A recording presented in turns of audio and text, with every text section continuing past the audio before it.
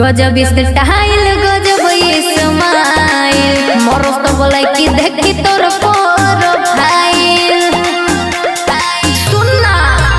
अरे है कोही अदब उल्टा बाहर ओहो ही रंग धार के का बेटा बाहर तू ही लैले ही सहरिया रे पूरा गौवा बाजारिया रे जब झारही बाबरिया रे छौड़ा लागो ही खसरिया रे जब झारही बाबरिया रे छौड़ा लागो ही खसरिया रे